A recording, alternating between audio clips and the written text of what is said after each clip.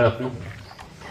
આપ અસ્ખલિત આજે રહ્યા છો એનું કારણ એ છે કે આપની પાસે મુદ્દા કરતા અનુભવ હતો. પહેલેથી છેલ્લે સુધી આપની વાતમાં સતત એક વાત વહેતી રહી, સતત ને એક વાત મેં જોઈ કે હું ગયો હતો, તેની પાસે બેઠો હતો, તેને મળ્યો હતો.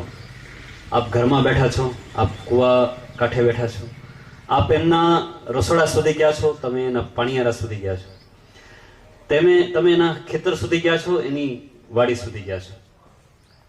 અને આ ચરૈવતી જે ઋષિનું જે સૂત્ર છે એ આપના જીવનમાં ઉતાર્યું છે.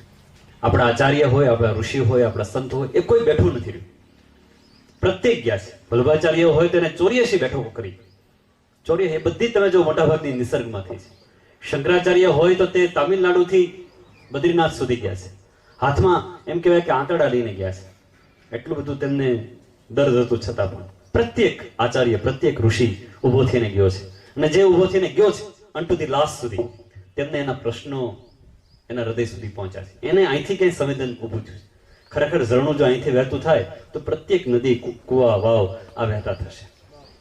આ આપે આપની વક્તવ્યમાં બતાવ્યું. અને આપના શબ્દો છે એ અંદરથી આવતા, હૃદયમાંથી આવતા, એટલે અહીંથી બેઠેલા પ્રત્યેક વ્યક્તિને સ્પર્શ્યા છે.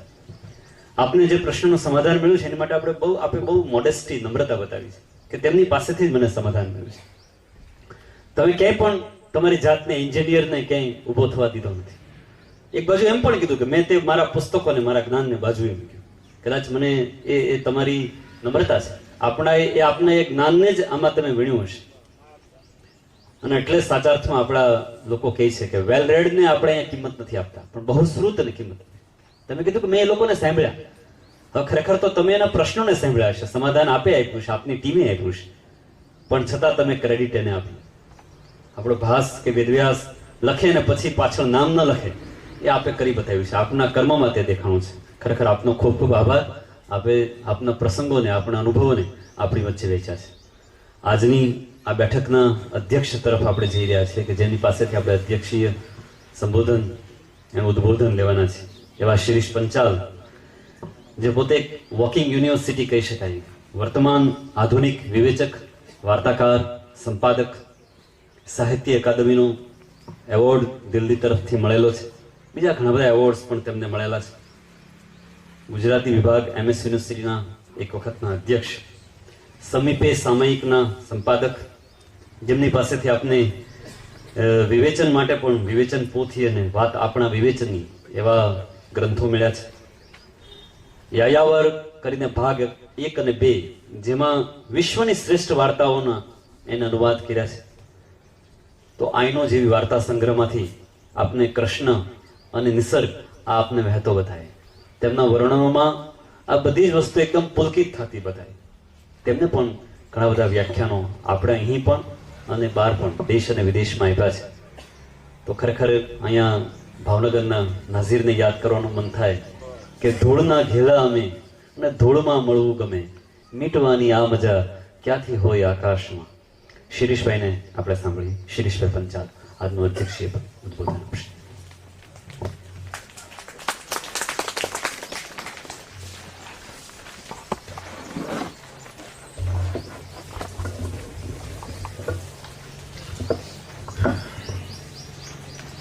મિત્રો, ગીતામાં કર્મયોગની વાત વારે વારે આવે છે. તત્વજ્ઞાનની ભૂમિકાએ તો આ કર્મયોગ ઘણા બધાએ તે ચર્ચ્યો પણ છે. પણ આ કર્મયોગ શું છે એ વાત તમને હમણાં રમેશભાઈના વક્તવ્યમાંથી પ્રાપ્ત થઈ. એટલે મૂળ વાત એ છે કે આપણે બાલ મંદિરથી વિદ્યાપીઠ સુધી ભણ્યા. વિદ્યાપીઠમાં ભણ્યા પછી આપણે આજીવિકા માટે ઓફિસમાં બેઠા અને મોટાભાગના આ આજીવિકા રળનારા કદી ઓફિસમાંથી બહાર આવ્યા નહીં. તો આ ઓફિસમાંથી બહાર આવીને આપણે જેને માટે આ બધા જ પ્રશ્નો ચર્ચીએ છીએ, પંચવર્ષીય કે સપ્તવર્ષીય યોજનાઓ કરીએ છીએ, એ યોજનાનો 1% આપણા સામાન્ય માણસને મળે છે ખરો? આ પ્રશ્ન આજે પણ આપણે માટે એટલો જ તે તાકીદનો છે. સૌથી મોટી વાત એ હતી કે આપણે તળના માણસની જે કોઠાસૂઝ છે એને અવગણી. અમે જ્યારે 4થા, 5મા, 6થા ધોરણમાં ભણતા હતા ત્યારે વિજ્ઞાનમાં જરા જુદા પાઠ હતા. વિજ્ઞાન એવું કહેતું હતું કે ખેડૂત પોતાની પાસે જે જમીન છે એ જમીન એના 4 ભાગ કરે અને 4 ભાગમાંથી 1 ભાગ દર વર્ષે ખુલ્લો રાખે અને પેલું ચક્ર બદલાતું રહે. તો આ જે ખુલ્લો ભાગ રહે છે એ ખુલ્લા ભાગને સૂરજ તે ફળદ્રુપ બનાવે છે અને એ જો ફળદ્રુપ નથી બનતો તો પછી ઉપજ તે આવતી નથી. એટલે આ જે વિજ્ઞાનના આ પ્રકારના જે પાઠ હતા એ પાઠ ભૂંસાઈ ગયા અને નવું વિજ્ઞાન જે આવ્યું એ નવા વિજ્ઞાને સૌથી મોટું અહિત એ કર્યું કે જીવન અને આપણે એ બેને છૂટા પાડ્યા. એટલે જે જીવન છે એ જીવન આપણા હાથમાંથી પેલી રેત શીશીની જેમ એ સરકી ગયું. તો આ જે જીવન છે એ જીવનને તમે પાછું આણો કેવી રીતે? થોડા વર્ષો પહેલા અમેરિકાના પ્રમુખ જ્યોર્જ બુશે એવું કહ્યું કે અવર લાઈફસ્ટાઈલ ઇઝ નોટ નેગોશિયેબલ. બુશની એ વાત આજે ભૂલાઈ ગઈ છે. આજે અમેરિકામાં એક નવો પ્રવાહ શરૂ થયો, ફાસ્ટ ફૂડની સામે સ્લો ફૂડ. તો આ જે આપણી જે પરંપરાઓ હતી એ પરંપરાઓને એમાં સુધારા વધારા કરીને આપણા જીવનને આપણે કેવી રીતે વધુ ઉન્નત બનાવી શકીએ. આપણું એટલે માત્ર મનુષ્યનું નહીં, આપણું સમગ્ર જે જીવન છે, સમગ્ર જગત છે, એને તમે કેવી રીતે સમૃદ્ધ બનાવી શકો, કેવી રીતે ઉન્નત બનાવી શકો. એટલે પ્રશ્ન આ આવ્યો કે આપણા પ્રશ્નો ઘણા છે, કેટલાક પ્રશ્નોના ઉત્તરો નથી મળી શકતા કારણ કે આપણે 35 કરોડમાંથી 125 કરોડ સુધી જઈ પહોંચ્યા છે. પણ એ જે સમસ્યાઓ છે એ સમસ્યાઓને આપણે ઉકેલવી કેવી રીતે? આ પ્રશ્ન આવે. વિજ્ઞાને સંશોધન કર્યા અને એ સંશોધન પ્રમાણે એક આપણે પીણાની બોટલ બનાવીએ, કોકોકોલા કે પેપ્સી, તો એને માટે એના કરતા 500 ગણું પાણી આપણે વાપરીએ છીએ. તો આ જો 500 ગણું પાણી વાપરીને માત્ર આપણે 200 મિલીલીટર પાણી પેય આપણે જો સર્જતા હોઈએ તો એનો અર્થ કયા પ્રકારનો છે? એટલે પ્રશ્ન આ આવે છે કે આપણી જે જીવન રીતિ છે એ જીવન રીતિમાં કોઈક પ્રકારે પરિવર્તન આપણે લાવી શકીશું કે લાવી નહીં શકીએ. એટલે આ પરિવર્તન લાવવાને માટે શું કરવું પડે? તો વિદ્યાપીઠમાં બેસવાને બદલે, ઓફિસમાં બેસવાને બદલે આપણે રમેશભાઈ બનવું પડે. અને એ રમેશભાઈ બનીને આપણે સામો જે માણસ છે એ અભણ છે એમ નહીં માનવાનું. સામો માણસ આપણા કરતા વધારે ભણેલો છે, વધારે કેળવાયેલો છે, અને એ કેળવાયેલા પાસેથી તમે જો વિદ્યા પ્રાપ્ત કરો તો એ જે વિદ્યા છે એ વિદ્યા પેલાને લાભ કરશે, આપણને લાભ કરશે, અને એ રીતે આપણા સર્વને એ લાભ કરતા નીવડશે. એટલે વાત તો સાચી આવી કે આ પ્રકારના પરિસંવાદ એ એસી હોલમાં અત્યાર સુધી તો થતા રહેલા, અને એ એસી હોલમાં બેસીને આપણે જે પરિસંવાદો કર્યા એ એકબીજા સુધી પહોંચ્યા પણ નહીં.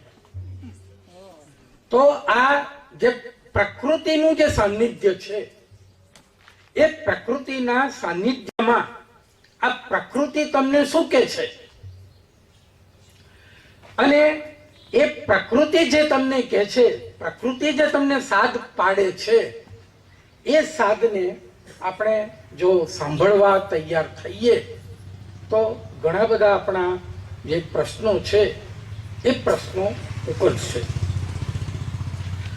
સાહેબે શિલ્પોની વાત કરી. આપણા મોટાભાગના લોકોના અજ્ઞાન તરફ આંગળી ચીંધી કે આપણે તો અજ્ઞાની છીએ. તો આ જે આપણી સમૃદ્ધિ છે, આપણી જે સંસ્કૃતિ છે, એ સંસ્કૃતિ એ કેવી રીતે પ્રગટે. એમણે એક અદ્ભુત શિલ્પની વાત કરી કે જ્યાં પેલી સ્ત્રી એ પેલા તે સાવ મનુષ્યથી પણ નીચે જે છે એને પોષે છે. એક નવલકથા મેં વાંચી હતી, ગ્રેપ્સ ઓફ રોથ, સ્ટાઇનબેકની. અને એ સ્ટાઇનબેકમાં પણ વાત એવી આવી કે મિલો, કારખાનાઓ, એને કારણે ખેત મજૂરોએ ઉચાળા ભરવા પડ્યા અને એમણે તે ફંગોળી દેવામાં આવ્યા. જાઓ તમે તમારા ભરોસે, તે હવે જીવતું. એક કુટુંબ હતું આવું, અને એ કુટુંબમાં પેલી એક સ્ત્રી છે, એ સ્ત્રી, એનો પતિ તો ક્યાંક ચાલ્યો ગયો છે, અને એ જે સ્ત્રી છે એ હમણાં જ એને બાળકને જન્મ આપ્યો છે, અને એ બાળક પણ મૃત્યુ પામ્યું છે. તો નથી બાળક, નથી પતિ, નથી પોતાનો કુટુંબ કબીલો, અને એમાં પૂરમાં ફસાયેલી એવી એક સ્ત્રી. એ સ્ત્રીની પાસે એક 40 વર્ષનો પુરુષ માદલો, પોષણ વિનાનો આવી ચડે છે, અને એ સ્ત્રી એને જુએ છે કે એને પોષણ નથી, તો એને હું પોષણ આપું કેવી રીતે? તો એને તો બાળકને જન્મ આપેલો છે, એ પોતાનું દૂધે ભરેલું થાન એને મોઢામાં મૂકી દે છે, અને એ જે માણસ છે તે માણસને જીવાડે છે. તો આ જે મનુષ્ય, અને એ મનુષ્ય જે છે એ તો સાવ પેલો મજૂરણ છે, એને કંઈક બીજી તે સૂઝ નથી. આપણે હજુ પણ બીજો એક દસ્તાવેજ છે માનવ સંસ્કૃતિનો, અર્વાચીન સંસ્કૃતિનો, એ જુઓ. જ્યારે અમેરિકામાં યુરોપના વસાહતીઓ ગયા ત્યારે યુરોપના જે વસાહતીઓએ બધું જ અંકે કરવા માંડ્યું, અને બધું અંકે કરીને ત્યાંના જે આદિવાસી હતા એ આદિવાસીઓને ફંગોળ્યા. આ હવે કરાર કરવો તો જરૂરી થઈ પડ્યો. કાલે ઉઠીને આ સડક છે એને પહોળી કરવી છે, એટલે સરકાર એમ કે બાપુ આ આશ્રમ આપી દો. બાપુ શું કરે? તમારે કરાર કરવો પડે. તો એ આદિવાસીએ જે કરાર કર્યો એ કરાર માનવ સંસ્કૃતિનો એક અદ્ભુત દસ્તાવેજ બન્યો. તમને એમ જ લાગે કે આ કરાર કોઈ ઋગ્વેદનો ઋષિ કરી રહ્યો છે, કારણ કે એને સમજાવ્યું પેલા ગોરાઓને કે તમે જેને જડ માનો છો એ આ પ્રકૃતિ જડ નથી. તમે જેને આ સ્થૂળ નદી માનો છો એ નદી એ સ્થૂળ નદી નથી, એ અમારું લોહી છે. અને આ જે અમારું જે લોહી છે એને તમે સાચવી શકવાના છો? નહીં સાચવી શકો. એટલે પાછળથી હોલિવૂડની એક અભિનેત્રી જેન ફોન્ડા આવી અને એને આદિવાસીઓની સમસ્યાને હાથમાં લીધી કે આ આદિવાસીઓની આ સમસ્યા છે. તો આપણે પરંપરાથી જોતા આવ્યા છીએ કે આપણે ત્યાં પણ આપણા કાવ્યોમાં, આપણા જીવનમાં 3 સત્તા તે વર્ચસ્વ ધરાવતી હતી. એક સત્તા હતી બ્રહ્મ સત્તા, બીજી સત્તા હતી ક્ષત્રિય ક્ષત્ર સત્તા, અને ત્રીજી સત્તા હતી આદિમ સત્તા. આદિમ સત્તાને આપણે આપણી રીતે જોવી હોય તો એને લોક સત્તા તરીકે આપણે ઓળખાવી શકીએ. તો આ જે આદિમ સંસ્થા હતી એ આદિમ સંસ્થાએ મૂળભૂત પાઠ શીખવાડેલા છે. અને એ જે મૂળભૂત પાઠ છે એ પાઠ આપણે તો ભૂલી જ બેઠા. અને એ જે મૂળભૂત પાઠ છે એ મૂળભૂત પાઠ ભણવાને માટે આપણે શું કરવું જોઈએ? એટલે વાર્તાઓ લખાઈ. એ જમાનાના લોકોએ વાર્તાઓ લખી. આપણી એક જાણીતી વાર્તા, પુરાણ કથા કે ગંગાનું અવતરણ થયું. અને એ ગંગાનું અવતરણ થાય તે પહેલા ગંગાએ ભગીરથને પૂછ્યું કે હું તો અવતરીશ, પણ મારું પાણી એનું બળ એટલું હશે કે રસાતળ જતી રહેશે, તો તું શું કરીશ? એટલે ભગીરથે કહ્યું કે હવે હું શું કરું? એટલે પછી ફરી બ્રહ્મા પાસે, અને બ્રહ્માએ એને મોકલ્યો શંકર પાસે. હવે કોણ છે આ શંકર? તો આ જે શંકર છે એ આદિમ સત્તાનો દેવ છે. અને એ આદિમ સત્તાના દેવે કહ્યું કે જા, હું ઊભો છું, આ જટા વિખેરી નાખું છું અને એ પાણીને હું ઝીલીશ. આ કથા. હવે કપિલા વાત્સ્યાયને પ્રકૃતિ ઉપર 5 ગ્રંથોનું સંપાદન કર્યું છે. અને એ 5 ગ્રંથોમાંથી એક ગ્રંથમાં આ કથાને જરાક, જેને આપણે મેટાફર કહીએ એ રીતે ઓળખાવી કે આ જે પાણી છે આકાશમાંથી જે પડે છે એ પાણીને ઝીલે કોણ? એ પાણી તો જમીનનું ધોવાણ કરી નાખે, માટી ઘસડી જશે, તો પછી આ જમીનની ફળદ્રુપતાનું શું? એટલે જો એ જમીન ઉપર જંગલો હોય તો એ જંગલો આ પાણીને અટકાવશે. એટલે પેલી શિવની જે જટા છે એ આ જંગલો છે. અને એ જંગલોએ આ તે અદ્ભુત રીતે આ પાણીને સાચવ્યું. અને એ પાણી અનેક જંગલોમાંથી વહેતું હોવા છતાં પણ એ પાણી શુદ્ધ રહ્યું છે. વર્ષો પહેલા, એટલે જ્યારે બધો વ્યવહાર વાહનો દ્વારા થતો હતો, ભારત કલકત્તાથી આફ્રિકા, કલકત્તાથી અમેરિકા સુધી, ત્યારે હુગલીનું પાણી એ જહાજના ટાંકાઓમાં ભરવામાં આવતું હતું. અને જ્યારે 15 દિવસ પછી એ વાહન ત્યાં લાંગરે ત્યારે એની તપાસ થાય. અને એ તપાસ કરતા એ લોકો એમ કહે કે આ જે પાણી છે તે આપણા પાણી કરતા વધારે શુદ્ધ છે. તો આ વધારે શુદ્ધ એવું આ જે પાણી એ ક્યાં ગયું? આપણા કયા કર્મોએ જે ભગીરથી આપણને પવિત્ર કરે એ ભગીરથીને આપણે અપવિત્ર કરી. આ આપણી ટેકનોલોજી, તો એને આપણે નવસાધ્ય કરી શકીશું? અરે ભાગીરથીની વાત છોડો, અમે તો અમારા ગામની સાવ નાનકડી ઉપેક્ષિત વિશ્વામિત્રીને પણ શુદ્ધ નથી કરી શકતા. અને એ વિશ્વામિત્રીની એક અદ્ભુત, એટલે વાસ્તવિકતા એ છે, વડોદરામાંથી જેટલા સ્થળેથી વિશ્વામિત્રી પ્રગટ થાય છે, અરે પસાર થાય છે, ત્યાં બોર્ડ માર્યા છે, મગરથી સાવધાન. આ વિશ્વામિત્રીના ગંદા પાણીમાં આખા ગુજરાતમાં જેટલા મગરો નથી એટલા મગરો વડોદરાની આ વિશ્વામિત્રીમાં છે. પ્રશ્ન થાય કે આ મગર અને જેનું વાહન છે એ ગંગા, એ ક્યાં છે એ પ્રશ્ન થાય. એટલે આજે અમારા ગામમાં 2 મહિનાથી વરસાદ નથી.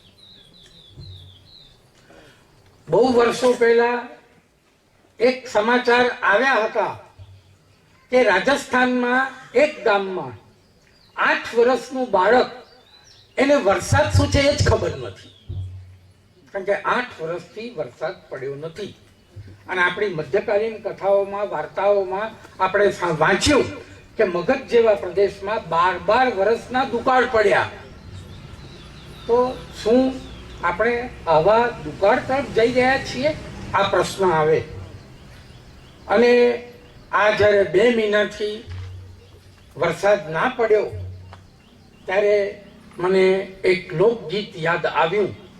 અમે પોળોમાં રહેતા હતા અને ત્યારે પેલી વાઘરી સમાજની કે આદિવાસી સમાજની કન્યાઓ માથા પર પાટલો મૂકી માટીના પિંડ કરી અને ઘેર ઘેર ફરતી હતી અને બધાને કહેતી હતી કે પાણી પાઓ. હવે એ તો બરાબર છે, પણ એનું જે ગીત છે તે અદ્ભુત હતું. શું કે છે? એ એવું ન કહ્યું એને કે મારા ગામમાં પાણી નથી, તું વરસ મારા ગામમાં. એને એવું કહ્યું, તું વરસીને વેલો આવ, જ્યાં વરસવું હોય ત્યાં વરસ અને પછી અમારે ત્યાં આવ. બીજું શું? અમે તરસે નથી મરતા, તારી કીડી મકોડી તરસે મરે.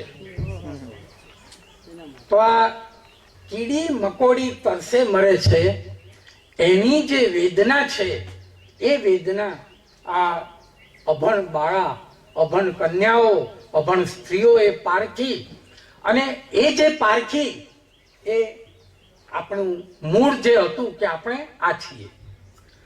એક રીતે એવું કહેવાય કે શહેરી માણસ થોડો નફ્ફટ છે, થોડો ઉદાસીન છે, પણ મૂળભૂત રીતે હું માનું છું કે માણસમાં થોડું ઘણું દૈવત છે.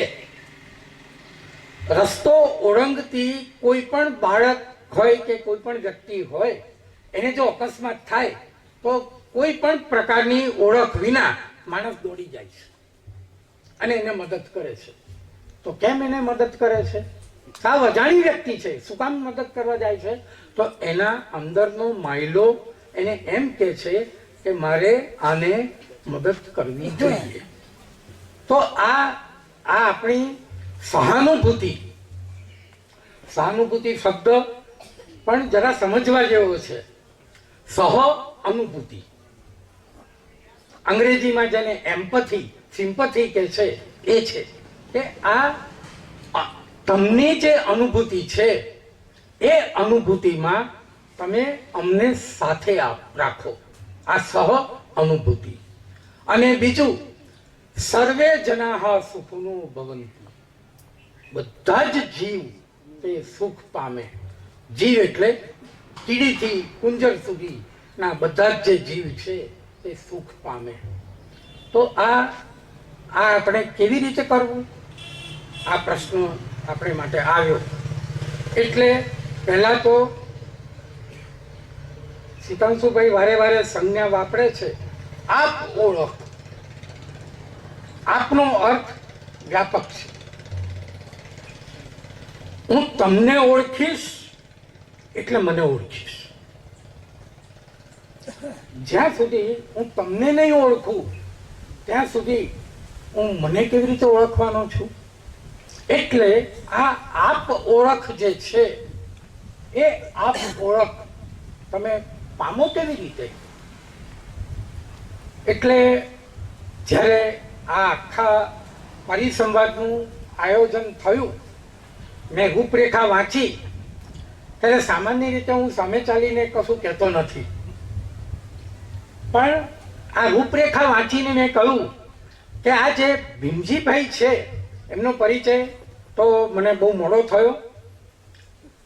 એ પોતે પણ જરા જુદા પ્રકારની વ્યસ્તતામાં રોકાયા હતા, એટલે બહુ પાછળથી સાહિત્ય ક્ષેત્રે પણ એ આગળ આવવા માંડ્યા.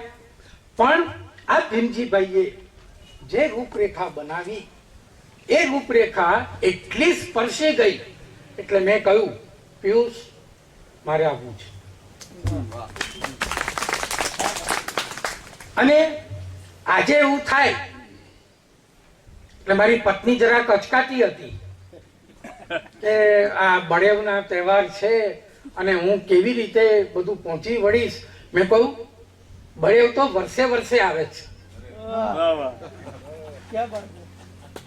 અને બળેવ આપણે ત્યાં તો થોડી સગવડ પણ છે ને કે બળેવની આગળ પણ બનાવી શકાય, બળેવની પાછળ પણ બનાવી શકાય, પણ આ અવસર નહીં આવે.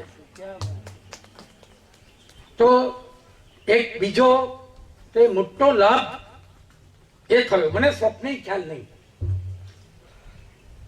કે એક કોઈ માણસ આવું એક અદ્ભુત પરિસર ઊભું કરીને બેઠો હોય. એ માણસ એની કયા પ્રકારની નમ્રતા છે. ગઈકાલે અમે જમવા બેઠેલા, એ પોતે થાળીમાં લાવી અને અમને પીરસતા હતા.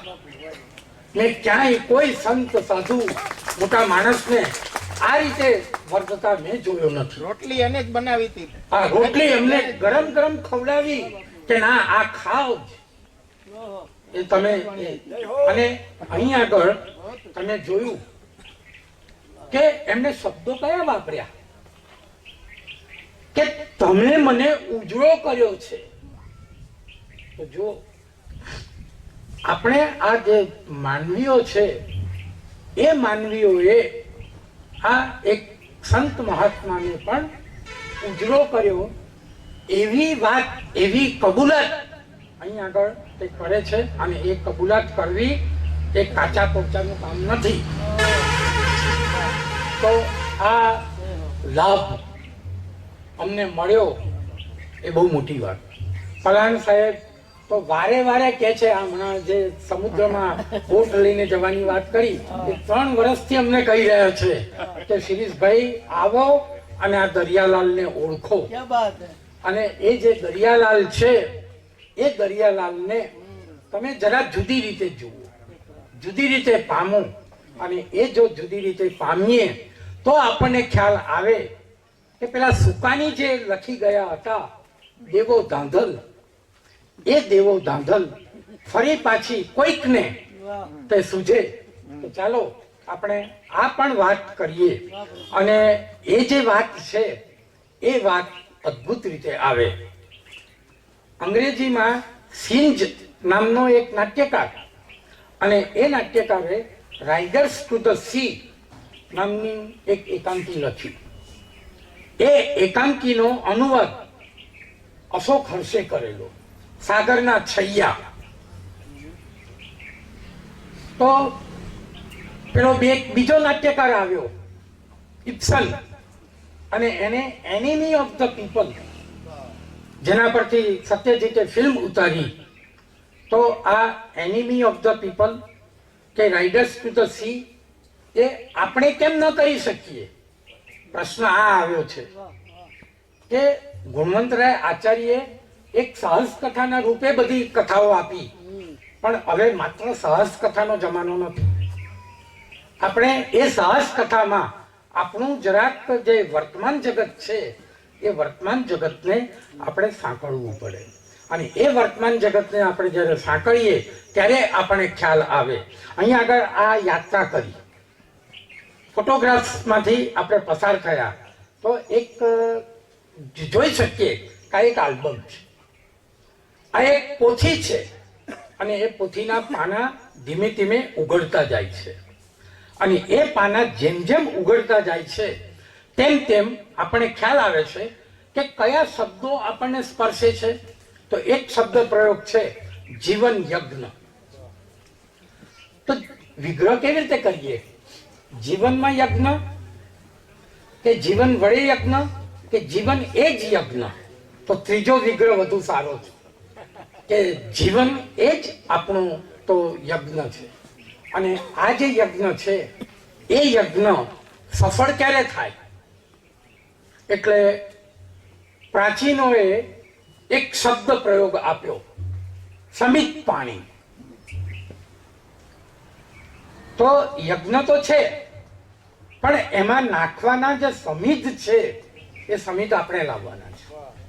એટલે આપણે વિદ્યાર્થી તરીકે આપણે આ સમિધ લઈ અને જઈ પહોંચવાનું છે કે આ રીતે આપણે આ યજ્ઞમાં આપણું કોઈ યોગદાન આપણે કરી શકીશું કે નહીં કરી શકીએ.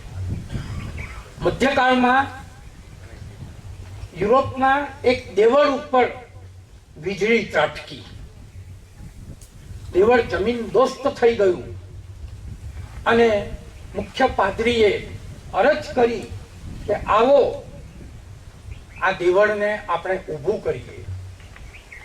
એટલે પછી તે દેવળ ઊભું કરવા માટે દેશ દેશથી, પ્રદેશ પ્રદેશથી તે બધા આવ્યા. અને એમાં લખાયું છે કે એમાં ચોર ડાકુઓ પણ આવ્યા, વાર વનિતાઓ પણ આવી, અને એ બધાએ ભેગા થઈને આ દેવળ ઊભું કર્યું. તો આ આપણું જે મંદિર છે એ મંદિર સામાન્યમાં સામાન્ય માણસથી માંડીને, અરે હું તો કહું કે અળસિયાથી માંડીને, જે આપણી જમીનને તે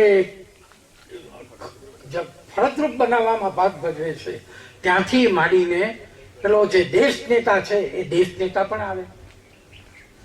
તો આ દેશ નેતા આવે કે ના આવે આપણને એની કોઈ ચિંતા નથી.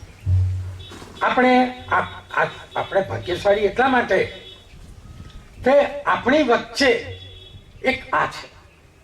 હું એમને જ્યારે જ્યારે જોઉં ત્યારે એમને હું કહું કે તમારામાં, અથવા એમને ના કહ્યું હોય તો ઘરમાં કહું કે એમનામાં બાળકથી માંડીને જીવન સંધ્યાએ આવી પહોંચેલા એક માણસની વાત છે.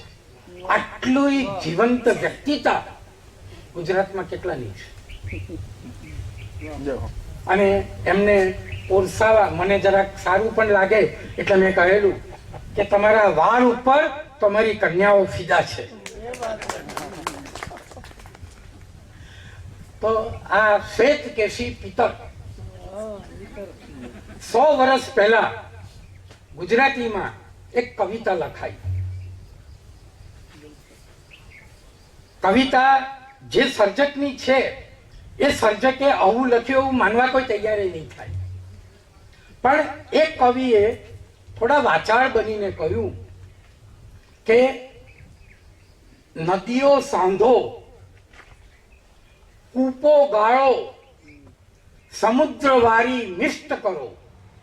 તો આ જે ખારાશનો પ્રશ્ન છે એને તમે મીઠું બનાવો. આ કવિ હતા બળવંતરાય ઠાકોર.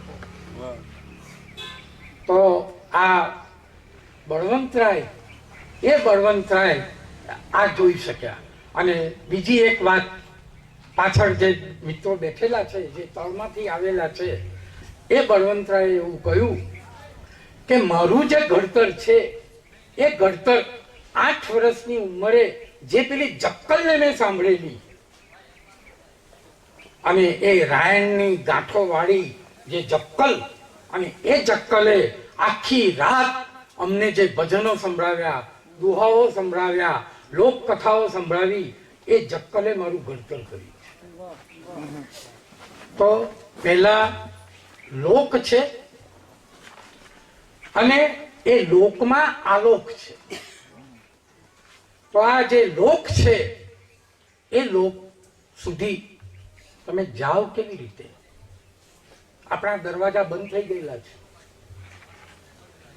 તો ભૂંગળ લઈ અને દરવાજા તોડો, અને એ દરવાજા ત્યારે તૂટશે ત્યારે આપણને થશે કે આ તે અદ્ભુત છે. છેલ્લે માત્ર એક નદી તે મારે માટે બહુ જ આદર્શ છે. સરસ્વતીમાં 3 અઠવાડિયા નાવ, જમનામાં 1 અઠવાડિયું નાવ, ગંગામાં 1 દિવસ નાવ તો પવિત્ર થાવ. પણ નર્મદાને જોઈને તમે પવિત્ર થાવ છો. તો આ સદા દર્શનીય એવી આ નદી સદભાગ્યે આપણા પ્રદેશમાં છે. તો એ નર્મદા અને શબ્દ પણ બહુ સારો છે, નર્મદા. તો આ નર્મ આનંદ આપનારી જે નર્મદા, એ નર્મદાના પાણી સદભાગ્યે આપણા સુધી આજે તો આવ્યા છે. એની વિશે ઘણા વિવાદો છે, એ વિવાદોને પણ બાજુ પર રાખીએ. પણ તરસે મળતો જે માણસ છે એ ખારું પાણી પણ પીએ. તો આ જળ એક જીવન છે. જળમાં જ અગ્નિ રહેલો છે, અને એ જે જળ છે એમાં રહેલો અગ્નિ એ તમારા ઉદરમાં પણ વસે છે. તો આ જુદા જુદા પ્રકારના અગ્નિના સ્વરૂપો, જુદા જુદા પ્રકારના જળના સ્વરૂપો, તો એ જળ ઓળખ આપણે જો કરીએ તો દુનિયાને પણ એની સાચી ઓળખ થશે. આ નિમિત્તે જે કંઈ મનમાં વિચારો આવ્યા તેને પ્રગટ કરવાની તક આ પરિસરે આપી એ બદલ આપ સૌનો આભાર માનું છું.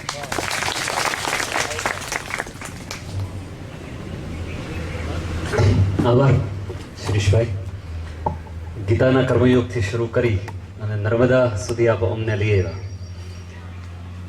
નર્મદા યાદ આવે એટલે સ્વાભાવિક રીતે રિવર સૂત્ર ગીતા મહેતાનું યાદ આવે, તો તત્વમસી ધ્રુવ ભટ્ટનું યાદ આવે. આ બંનેમાં એક નદી છે તે સ્ત્રી સ્વરૂપે આવી છે અને એના વિવિધ ચહેરાઓ આપ્યા છે. બહુ સરસ મજાનું કમ્પેરેટિવ એક સ્ટડી થઈ શકે. આપણે પણ એ જ શરૂઆત કરી હતી કે રાણકી વાવના શિલ્પને પહેલા ઇંગ્લિશ નોવેલના સાથે તમે સરસ મજાનું એક કમ્પેરિઝન અમારી સામે મૂકી દીધું. તો ગંગાની વાત કરીને જગન્નાથ પંડિતને યાદ કર્યા કે આપણે આજે ભગીરથીને અપવિત્ર કરી છે, પણ જગન્નાથ જેવા પવિત્ર થવા માટે તેના તીરે બેસે અને નદી છે એ પણ ધીમે ધીમે એક એક પગથિયા ચડીને ઉપર આવે. અને જગન્નાથ એમ કે જો એક વખત ગંગામાં નાવા મળે તો મારે મોક્ષ પણ જોતો નથી. આવું સરસ મજાનું 54 શ્લોકનું તે ગંગા લહરી લખે. આવી સરસ મજાની વાતો આપે અમને, જેને કહેવાય ને કે એક એવો ટ્રાવેલિંગ કરાયું છે કે જોન કિટ્સ યાદ આવે કે much have I travelled in the realm of gold. થોડુંક અંગ્રેજી સાહિત્યમાંથી આવું છું એટલે પલાણ સાહેબને નહીં ગમે, પણ ઝાઝા ઉદાહરણો મારા ત્યાંથી આવશે. એનું કારણ એક જ છે કે તે ઝાઝો ભણવાનું થયું, પણ છતાં ધૂળના ઘેલા અમે એ તો આવવાનું જ. એટલે બહુ સરસ ઉલ્લેખ કર્યો હતો કે આ બધા જ વસ્તુને જો જીવવું હોય તો રમેશભાઈ થવું પડે. એ પણ આપનું વાક્ય અમને સ્પર્શી ગયું. આ બેઠકને અહીંયા આપણે પૂર્ણ કરીએ છીએ એ પહેલાં 2 સૂચનાઓ જરા છે તે હું આપી દઉં અને બાપુ પણ કંઈ કહેશે. આ બેઠક પૂર્ણ કર્યા પછી આપણે બધા જમવા જવાના છીએ અને જે લોકોનું રજિસ્ટ્રેશન બાકી છે તે લોકો પાણી જે જગ્યાએ છે ત્યાં જ રજિસ્ટ્રેશન રાખ્યું છે, કારણ કે આજ તો આપણે પાણીને જ રજિસ્ટ્રેશન કરવાનું છે, પાણી પાસે જ રજિસ્ટ્રેશન કરવાનું છે. એ પણ એક સિમ્બોલિક વેમાં ત્યાં ગોઠવ્યું છે. બાપુ જરા સરસ મજાની જે કંઈ સૂચના છે આપે અને પછી આપણે આ સેશનને પૂરી કરીએ છીએ.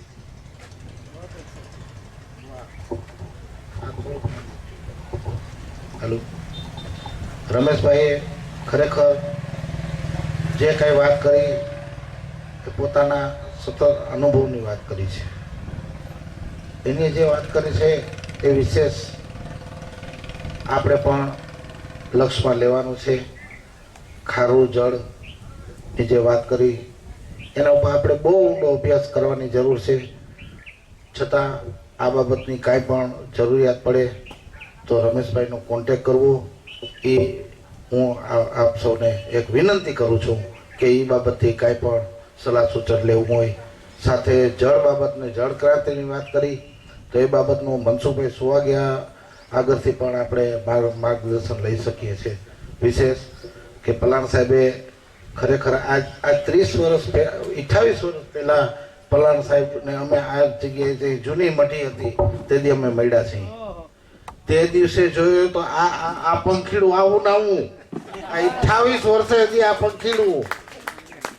સાહેબજી, સિદ્ધાર્થ સાહેબ, આ પંખીડું 28 વર્ષે મેં આજ પાછું જોયું. એક વખત મેં પેપરમાં વાંચ્યું હતું, એમનો હાથમાં કંઈક ફ્રેક્ચર થયું હતું એવું પેપરમાં. બરાબર સાહેબ, મારું ખોટું નથી ને? તો ખરેખર આ વ્યક્તિ આપણા ગુજરાત સૌરાષ્ટ્રનું એક ગૌરવ છે કે હું તમને સાહેબની ટૂંકી વાત કરું. જે દિવસે મેં મળ્યા તે દી રાત્રે મેં સાહેબને કીધું કે મેં સાહેબ એક મૂર્તિ છે વણ ઓળખાયેલી છે. તો તે દી રોકડ સાહેબે સાથે હતા, નિરંજન રાજ્યગુરુ પણ સાથે હતા.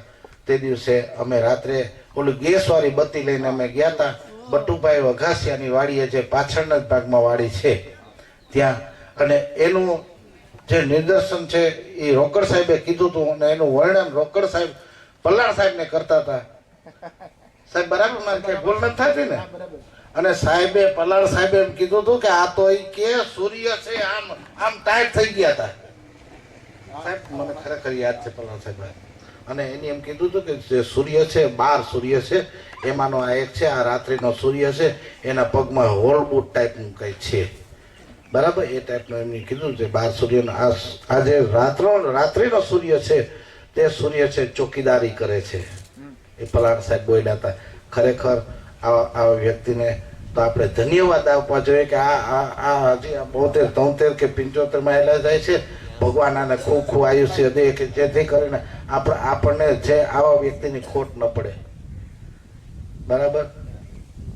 સાથે શિરીષભાઈ પણ ખરેખર જે ધર્મની સાથે જે વસ્તુની જે વાત કરી, જે જળની વિશેની વાત કરી, બીજી અનેકો વાત કરી છે, તે બદલ એમનો પણ હું ખૂબ ખૂબ આભાર માનું છું. અને રમેશભાઈ જે ખારા જળ વિશેની વાત કરી, તેથી રોકડ સાહેબ આપણે 3જા 4થા ધોરણમાં સુભાષિતો આવતી, બહુ યાદ નથી એટલું, પણ ટૂંકમાં યાદ છે કે એમાં એક સુભાષિત આવતી કે ખારું પાણી પીએ છે જળ, ખારું પાણી પીએ છે મેઘ, વરસે છે મધુરું જળ, તેથી પગ સંતો પણ કડવા શબ્દ સુણીને મધુરું વધે. આવી સુભાષિતો મારા જીવનમાં સિદ્ધાર્થ સાહેબ થોડીક વણાઈ ગયેલી છે. આ માટે થઈને ખરેખર રમેશ સાહેબનો, શિરીષભાઈનો, પલાણ સાહેબનો અને સિદ્ધાર્થ સાહેબ આપ ખૂબ ખૂબ ધન્યવાદ. અને હું ફરી પણ એમ કહું છું કે આ આશ્રમમાં આવો કાંઈ પણ તમે આયોજન કરો, એની અંદર આપ સૌની હાજરી હોય તથાસ્તુ.